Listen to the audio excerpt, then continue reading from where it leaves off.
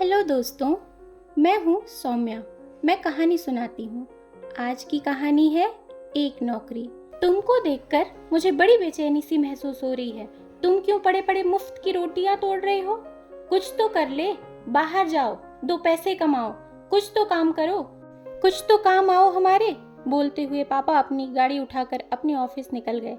मैं अपने मोबाइल को अपने रूम में रखकर अपनी किताबों की ओर देखने लगा और सोचने लगा कि और मेरे मन में अनेकों सवाल उमड़ने लगे। क्यों, कब, कैसे, अपने आप में बहुत लाचार महसूस करने लगा और सोचते सोचते बहुत ही दुखी हो गया। बेटा अमित, माँ की आवाज़ आई। दोपहर का समय था।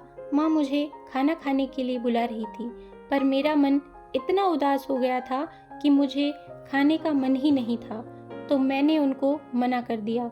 दिन भर बस उसी भूतिया कमरे में घुसे रहो और हमारी चिंता को बढ़ाओ, कुछ काम तो है नहीं तुम्हें, बोलकर मम्मी बर्तन जोर से पटकने लगी।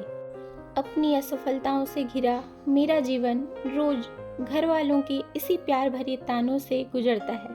लगातार असफल होते होते कभी कभी मुझे अपने व्यक्तित्व पर शक होने लगता है, अपना आत्मविश्वास खोने लगता हूँ मैं। शाम का समय। पापा को आज घर आने में देरी हुई और घर की बिजली के बिल का आज भुगतान करने का आखिरी दिन था। जैसे शाम के 6 बजे तो घर की बिजली चली गई। घर के सभी लोग और मैं भी यही सोचकर चुप था कि सामान्य रूप से जैसे बिजली जाती है वैसे गई होगी। 1 घंटे बाद करीब 7:15 को घर में गाड़ी की आवाज़ आई। ये आवाज़ पापा की गाड़ी की थी। वर्षों से किसी आवाज़ को सुनने के बाद उसकी पहचान अलग से हो ही जाती है, तो मैंने पहचान ली। जैसे ही पापा घर के बरामदे में कदम रखे तो देखा कि घर पर बिजली नहीं है। उन्होंने उल्टे पांव बाहर जाकर देखा। गांव में सभी घरों में रोशनी थी और हमारे घर में भीषण अंधकार। पापा गुस्से से तमतमाते हुए अंदर आते हैं और मुझे पुकार कर, अरे ओ खाना बदोश, कुछ काम नहीं करता तो कम से कम बिजली का बिल तो भराता। जैसे ही पापा ने ये कहा, मम्मी का गुस्सा 7वें आसमान पे पहुंच गया और जोर से बर्तन को पटक कर कहा, लगता है आज की रात मुझे बिना बिजली के ही खाना बनाना पड़ेगा। इस आवारा से तो कोई उम्मीद है नहीं मुझे, कम से कम तुम ही बिजली का बिल भराते। फिर पापा और मम्मी मुझे जी भर के कोसते हुए आपस में बहस करने लगे।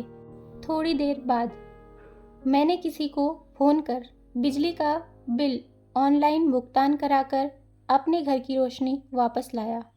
मेरा मन आज बहुत उदास था।